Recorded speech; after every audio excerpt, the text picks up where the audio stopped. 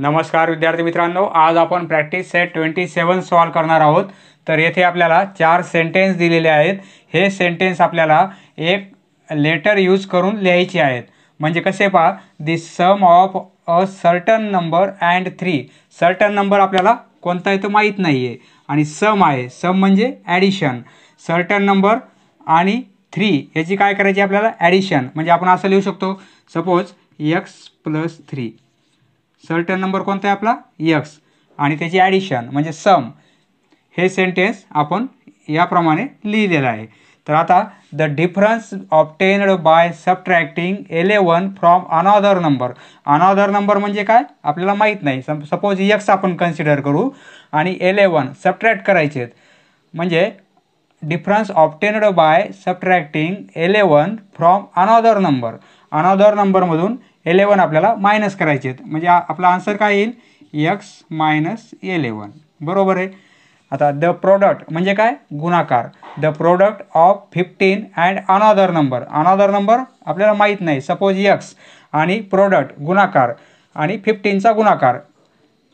Another number x आणि 15चा गुणाकार म्हणजे 15 × x आपण असं लिहू शकतो 15x असं लिहिलं तरी चालेल किंवा असं लिहिलं तरी चालेल। नंतर 4 times a number is 24। 4 times म्हणजे 4 पट अ नंबर एक नंबर आपल्याला म्हणजे 4 पट म्हणजे 4 एक नंबर म्हणजे x 4x इज म्हणजे इक्वल टू इज 24। दिलेली सेंटेन्समधील माहिती आपण याप्रमाणे लेटर समजा व्हेरिएबल म्हणजे लेटर कोणताही एक letter x y m n असं कोणतेही लेटर घेता येईल तुम्हाला, याप्रमाणे लिहिता येईल। नेक्स्ट दुसऱ्या प्रश्नामध्ये मित्रांनो, find out which operation must be done on both sides of these equations in order to solve them. हे इक्वेशन सॉल्व करण्यासाठी यामध्ये आपल्याला x ची व्हॅल्यू काढण्यासाठी यामध्ये कोणत्या क्रिया करावी लागतील। तर आता x + 9 आहे, आपल्याला x ची व्हॅल्यू काढण्यासाठी हे 9 कॅन्सल करावे लागतील। हे 9 कधी कॅन्सल होतील जर येथे -9 आपण ॲड केले तर, म्हणजे +9 आणि -9 कॅन्सल होईल म्हणजे प्लस येथे। तर हे पहा प्लस असेल तर त्याची अपोजिट साईन कोणतं घ्यायचं मायनस घ्यायचं, किंवा मायनस असेल तर त्याचा अपोजिट साईन प्लस घ्यायचं, आणि मल्टिप्लिकेशन असेल तर त्याचा अपोजिट साईन काय डिव्हिजन, आणि डिव्हिजन असेल तर त्याचा अपोजिट साईन मल्टिप्लिकेशन आहे। येथे +9 आहे, +9चा अपोजिट साईन काय आहे मायनस, म्हणजे आपण काय करणार या दोन्ही साईडला इक्वेशनच्या दोन्ही साईडला 9 सबट्रॅक्ट करणार। सबट्रॅक्टिंग येथे लिहू आपण सबट्रॅक्टिंग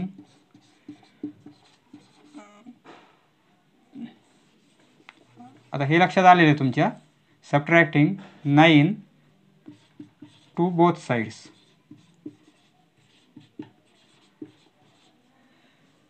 आता येथे पहा x - 4 आहे, मग आपल्याला काय करावं लागेल +4 यामध्ये ॲड करावं लागतील, म्हणजे ॲडिंग -4चे opposite +4 adding 4 to both sides. इक्वेशनच्या दोन्ही साईडला आपल्याला +4 ॲड करावं लागतील, तेव्हा आपल्याला x ची व्हॅल्यू काढता येईल। आता येथे काय आहे 8x म्हणजे 8 आणि x यामध्ये मल्टिप्लिकेशन आहे। मल्टिप्लिकेशन असेल तर त्याची अपोजिट प्रोसेस कोणती डिव्हिजन, म्हणजे आपण काय करणार डिवाइड बाय 8। येथे x ची व्हॅल्यू काढण्यासाठी 8ला डिवाइड करावं लागेल, 8ने डिवाइड करावं लागेल। Dividing bye 8 both sides. इक्वेशनच्या दोन्ही साईडला आपल्याला बोथ साइड्स। आता येथे पहा x/6 म्हणजे डिव्हिजनमध्ये 6 आहेत, तर आपल्याला अपोजिट प्रोसेस मल्टिप्लिकेशन, मग येथे काय करावं लागेल 6ने मल्टिप्लाय करावं लागेल दोन्ही साईडला, तर आपल्याला x ची व्हॅल्यू काढता येईल। येथे आपण 6ने मल्टिप्लाय केलं 6 कॅन्सल होईल, फक्त x राहील बरोबर आहे। त्यामुळे येथे प्रोसेस कोणती करावं लागेल आपल्याला मल्टिप्लिकेशनची, मल्टिप्लाइंग बाय 6 बोथ साइड्स। हे ऑपरेशन्स केले आपण तर आपल्याला x ची व्हॅल्यू काढता येईल। व्हिच ऑपरेशन आपण हे ऑपरेशन करणार आहोत। नेक्स्ट तिसऱ्या प्रश्नामध्ये मित्रांनो, येथे आपल्याला इक्वेशन्स दिलेले आहेत आणि त्या व्हेरिएबलच्या व्हॅल्यू पण दिलेल्या आहेत। तर ही व्हॅल्यू आपण यामध्ये पुट केली तर इक्वल होते का, म्हणजे वायची व्हॅल्यू जर आपण इथे 3 पुट केली तर दोन्ही साईड्स इक्वल होत असतील तर आपल्याला यस लिहायचं आहे आणि इक्वल होत नसतील तर नो लिहायचं आहे. आता वायची व्हॅल्यू आपण 3 जर येथे पुट केली तर काय होईल, 3 - 3, वायच्या ऐवजी आपण 3 पुट करू म्हणजे 3 - 3 होईल आणि इक्वल टू 11. म्हणजे काय, 3 - 3 इक्वल टू 11. हे 3 - 3 0 होईल, 0 11. हे बरोबर आहे का, नाही, म्हणजे हे नो. येथे काय येईल, वायची व्हॅल्यू 3 घेता येणार नाही आपल्याला, म्हणजे आन्सर यायचं आपलं नो येईल. बरोबर आहे. नंतर आता एनची व्हॅल्यू 10 पुट करू आपण. इक्वेशन कसं आहे, 17 इक्वल टू एनची व्हॅल्यू 10 पुट करू आपण म्हणजे 10 आणि प्लस 7. आता 17 इक्वल टू 10 प्लस 7 म्हणजे 17. हे इक्वल येतात, बरोबर आहे, दोन्ही साईड इक्वल आहेत. 17 इक्वल टू 17 म्हणजे एनची व्हॅल्यू 10 घेतली तर हे इक्वेशन आपलं बरोबर येते. तर इथे आपण यस लिहिणार. ही व्हॅल्यू यस आहे, ही व्हॅल्यू जमणार नाही आपल्याला. आता एक्सची व्हॅल्यू 6 पुट करू आपण. येथे इक्वेशन कसं आहे आपलं, 30 इक्वल टू 5 आणि एक्सची व्हॅल्यू किती पुट करायची, 6. येथे 6 पुट करू आपण. 5 × 6 30 होतील, बरोबर आहे, म्हणजे 30 इक्वल टू 30, दोन्ही साईड इक्वल होतात म्हणजे एक्सची व्हॅल्यू आपल्याला घेता येईल. आन्सर काय येईल आपलं, यस. म्हणजे या एक्स इक्वल टू 6ने आपलं सॅटिस्फाय होते इक्वेशन हे, बरोबर आहे, म्हणून ही व्हॅल्यू आपण यस लिहिलेली आहे. आता येथे आपण एमची व्हॅल्यू 7 पुट करू म्हणजे 7/2 होईल, बरोबर आहे. एमच्या ऐवजी 7 पुट केले, 7/2 इक्वल टू 14. 7चे हाफ आहेत आणि 14 हे रॉंग आहे, बरोबर आहे, म्हणजे हे काय, नो. याचा आन्सर काय येईल आपलं, नो. एमची व्हॅल्यू 7 घेतल्यावर हे इक्वेशन सॅटिस्फाय होत नाही, दोन्ही साईड बरोबर येत नाहीत, म्हणून आपण येथे काय लिहिणार, नो. नेक्स्ट. आता मित्रांनो येथे आपल्याला इक्वेशन सॉल्व करायचे आहेत. इक्वेशन सॉल्व करायचे म्हणजे त्या व्हेरिएबलची व्हॅल्यू काढायची, वायची व्हॅल्यू काय येते हे आपल्याला येथे फाइंड आउट करायचे. तर आपण काय करणार, वायची व्हॅल्यू काढण्यासाठी येथे -5 आहे म्हणजे -5चे अपोजिट काय होतात, +5. मग दोन्ही साईडला आपण काय करणार, +5 ॲड करणार. देअरफॉर वाय हे -5 +5 ॲड करू. या साईडला +5 ॲड केले म्हणजे या पण साईडला +5 ॲड करावं लागतील, बरोबर आहे. दोन्ही साईडला आपण +5 ॲड केले. इक्वेशन आपलं जसंच तसंच आहे, फक्त या साईडला आणि या साईडला +5 ॲड केलेत. आता मग काय होईल, -5 +5 कॅन्सल होतील, बरोबर आहे, म्हणजे वाय फक्त इथे इक्वल टू 1 + 5 म्हणजे 6. वायची व्हॅल्यू किती येईल आपली, 6. येथे आपण लिहू शकतो ॲडिंग 5 बोथ साईड्स. आता हे दुसरं इक्वेशन, आपल्याला टीची व्हॅल्यू काढायची आहे, म्हणून आपण काय करू, t + 5 ही साईड आपण आधी लिहून घेऊ आणि इक्वल टू 8. काहीच केलं नाही, फक्त ही साईड आधी लिहिली नंतर ही साईड लिहिली. आता आपल्याला टीची व्हॅल्यू पाहिजे, मग +5 नको येथे आपल्याला, हे कॅन्सल होण्यासाठी काय करावं लागेल, आपल्याला -5 यामध्ये ॲड करावं लागतील. म्हणजे t + 5 आहे, +5 काढण्यासाठी -5 म्हणजे या साईडला -5 ॲड केले तर या पण साईडला -5 ॲड करावं लागतील. येथे आपण पुढे रिझन लिहायचं, सबट्रॅक्टिंग 5 बोथ साईड्स. आता 5 कॅन्सल झाले, बरोबर आहे, म्हणजे इथे फक्त टी राहिला इक्वल टू 8मधून 5 गेले, काय राहील, 3. म्हणजे टीची व्हॅल्यू काय येईल आपली, 3. आता त्याचप्रमाणे आता येथे मल्टिप्लिकेशन आहे 4 आणि एक्समध्ये, आपल्याला याची अपोजिट प्रोसेस घ्यायची म्हणजे डिव्हिजन घ्यायचं आहे. तर काय करावं लागेल, मग दोन्ही साईडला 4ने आपल्याला डिवाइड करावे लागेल. देअरफॉर म्हणजे काय होईल, 4x/4 इक्वल टू या पण साईडला आपल्याला 4ने डिवाइड करावे लागेल, बरोबर आहे. मग आता हे 4 कॅन्सल होतील म्हणजे फक्त x राहील आणि हे 13 येतील, बरोबर आहे. तेरचो येथे आपण पुढे रिझन लिहायचं, डिवायडिंग बोथ साईड्स बाय 4. याप्रमाणे आपल्याला इक्वेशन सॉल्व करता येतील. नेक्स्ट. येथे मित्रांनो आपल्याला एमची व्हॅल्यू काढायची आहे, त्यासाठी आपण काय करू, ही साईड आधी लिहून घेऊ आपण म्हणजे m-4 आणि इक्वल टू ही साईड नंतर लिहू, काहीच बदल होत नाही. तर आता आपल्याला फक्त m पाहिजे आपल्याला, मग -4 या साईडला नको आहे आपल्याला, हे कॅन्सल होण्यासाठी काय करावं लागेल, याची अपोजिट -4चे अपोजिट +4, मग दोन्ही साईडला आपण +4 ॲड करू म्हणजे काय होईल, m-4 आणि +4 आपण ॲड केले, या साईडला ॲड केले, मग या पण साईडला आपल्याला +4 ॲड करावं लागतील. इक्वेशन आहे, दोन्ही साईडला सेम प्रोसेस केली तर इक्वेशनमध्ये काही बदल होत नाही. मग आता -4 + 4, 4मधून 4 गेले 0 होईल, म्हणजे लिहायची गरज नाही, म्हणजे कॅन्सल झाले. बरोबर आहे. अपोजिट साईन आहेत, सेम नंबर आहेत, कॅन्सल झाले. म्हणजे इथे फक्त काय राहील आपलं यम. पण येथे काय होईल 19 आणि +4 याची ॲडिशन 23, म्हणजे एमची व्हॅल्यू येईल आपली 23.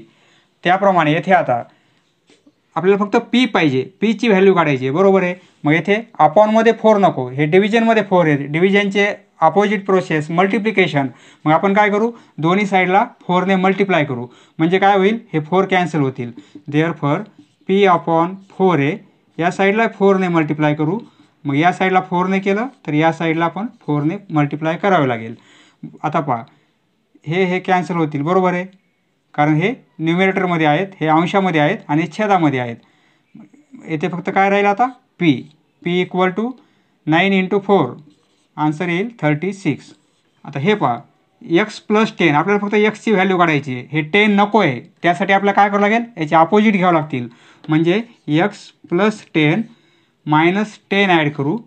मग येथे पण -10 ॲड करू. बरोबर आहे. दोन्ही साईडला आपण -10 ॲड केलेले आहेत. तर आता इथे +10 -10 हे कॅन्सल झाले, म्हणजे येथे काय राहिला x. आता -10मधून 5 गेले, राहतील -5, आन्सर येईल -5. याप्रमाणे आपल्याला इक्वेशन सॉल्व करता येतील. नेक्स्ट आता आपल्याला एमची व्हॅल्यू पाहिजे. -5 या साईडला नको आहे, म्हणून आपण काय करू +5. देअरफॉर m-5, तर +5 ॲड करू. मग ही साईड ॲज इट इज +5 या साईडला ॲड केली आपण, मग या पण साईडला +5 ॲड करावं लागतील.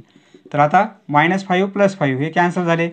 तर आता फक्त m राहील या साईडला. या साईडला काय राहील, -12मधून 5 गेले तर -7, एमची व्हॅल्यू आली. त्याप्रमाणे आता इथे काय होईल पहा, फक्त p पाहिजे आपल्याला. मग +4 नको आहे या साईडला, तर आपल्याला काय करावं लागेल, ते +4 कॅन्सल होण्यासाठी या साईडला -4 ॲड करू. मग या साईडला पण -4 ॲड करावं लागतील. दोन्ही साईडला आपण -4 म्हणजे ॲड केलेले आहेत किंवा 4 सबट्रॅक्ट केलेले आहेत. आता कॅन्सल होतील 4 4. बरोबर आहे. आता हे p राहील = -1 -4 म्हणजे -5. नेक्स्ट 5वा प्रश्न खूप मोठा आहे मित्रांनो, बोर्डवर काही लिहिलेलं नाही, आपण रीडिंग करूया 5व्या प्रश्नाची.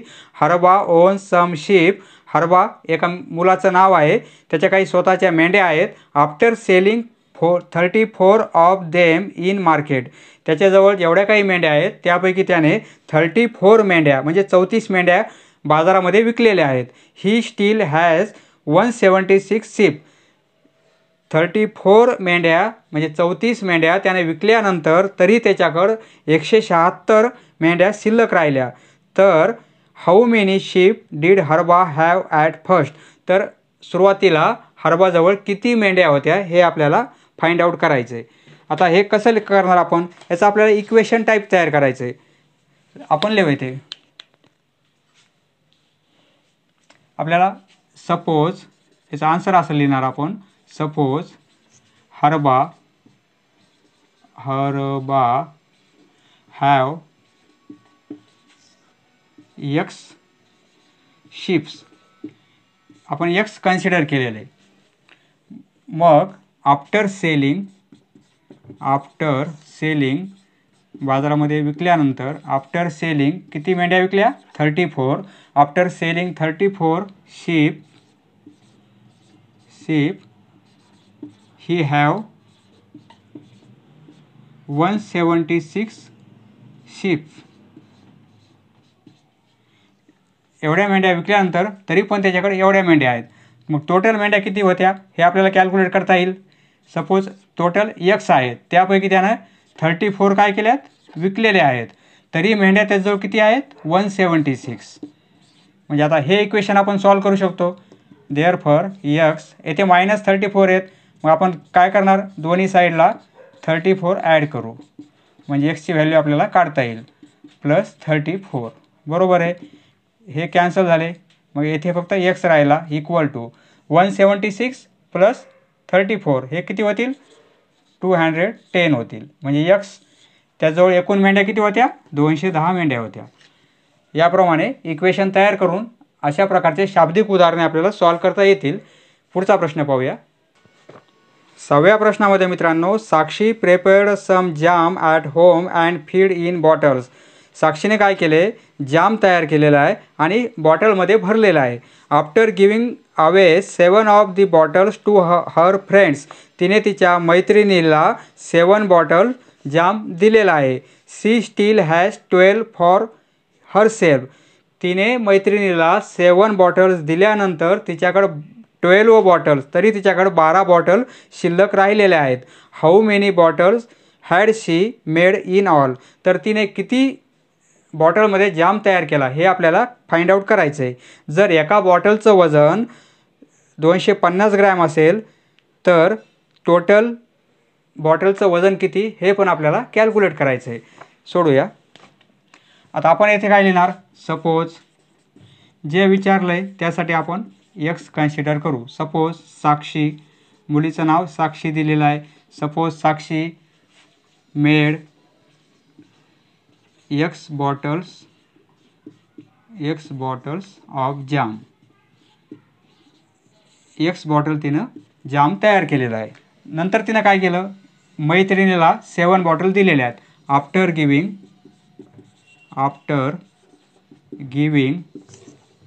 7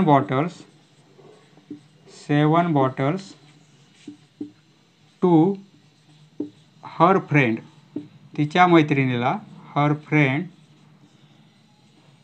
फ्रेंड्स शी हॅव, तरी तिच्याजवळ she have 12 bottles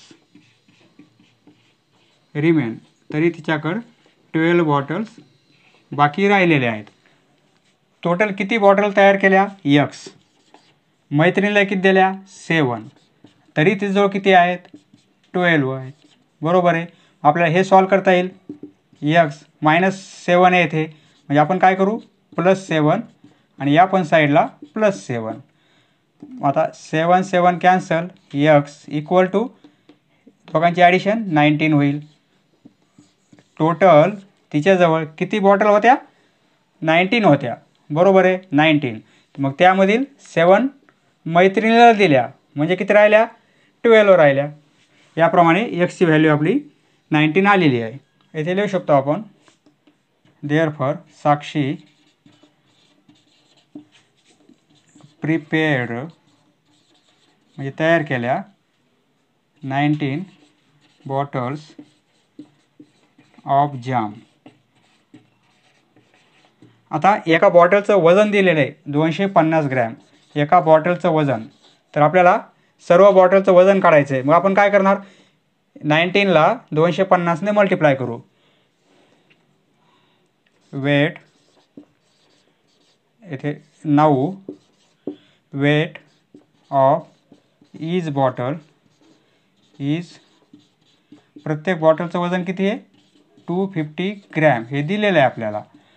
therefore weight of 19 bottles equal to, मग काय करावं लागेल, 250 × 19 करावं लागेल. हा मल्टिप्लिकेशन किती येईल, 0.547 एवढं ग्रॅम होईल. बरोबर आहे. जर हे किलोग्रॅममध्ये करायचं असेल तर आपल्याला काय करावं लागेल, 4.750. आपल्याला जर किलोग्रॅममध्ये करायचं असेल तर फक्त इथे पॉईंट द्यावं लागेल. ग्रॅममध्ये लिहिलं तर असं लिहिलं तरी चालेल, किंवा किलोग्रॅममध्ये कन्वर्ट केलं तर इथे पॉईंट द्यावं लागेल. असं लिहिलं तरी चालेल. याप्रमाणे सॉल्व करता येईल. नेक्स्ट पुढच्या प्रश्नामध्ये मित्रांनो, Archana bought some kilograms of wheat. अर्चनाने काही गहू खरेदी केलेला आहे. She requires 12 kilogram per month. एका महिन्याला तिला गहू किती लागतो, 12 kilogram. And she got enough wheat milled for 3 months. तर तिने 3 महिन्यासाठी गहू किती लागेल, मग तिला एका महिन्यासाठी 12 किलोग्रॅम, 3 महिन्यासाठी 12 × 3 होईल. बरोबर आहे, 36 किलोग्रॅम लागेल तिला गहू. तेवढा तिने काय केलेला आहे, दळून आणलेला आहे. After that she had 14 kilogram left. तरी म्हणजे 36 किलोग्रॅम दळून आणल्यानंतर तरी पण तिच्याजवळ 14 किलोग्रॅम गहू शिल्लक राहिलेला आहे. तर how much wheat had Archana bought all together. तर तिने एकूण गहू किती खरेदी केला होता हे आपल्याला फाइंड आउट करायचं आहे. तर आपण कसं सॉल्व करणार? Suppose Archana bought X kilogram of wheat. बरोबर आहे. नंतर आफ्टर तिने काही दळून आणलं आहे. आफ्टर मिलिंग किती गहू तिने दळून आणला आहे? 3 × 12 किलोग्रॅम व्हीट. एवढा गहू दळून आणल्यानंतर she have remains 14 kg of wheat. तिच्याजवळ एवढा गहू शिल्लक राहतोय. बरोबर आहे. मग आता आपलं इक्वेशन कसं तयार होईल? टोटल किती आहे? एक्स तिने दळून आणलेला आहे म्हणजे त्यामधून कमी झालेला आहे म्हणजे मायनस हे किती होतील? 36 kg. बरोबर आहे. 36 आणि इक्वल टू तरी तिच्याजवळ किती शिल्लक राहिला? 14. म्हणजे असं इक्वेशन आपल्याला तयार होईल. आता हे इक्वेशन सॉल्व करता येईल आपल्याला.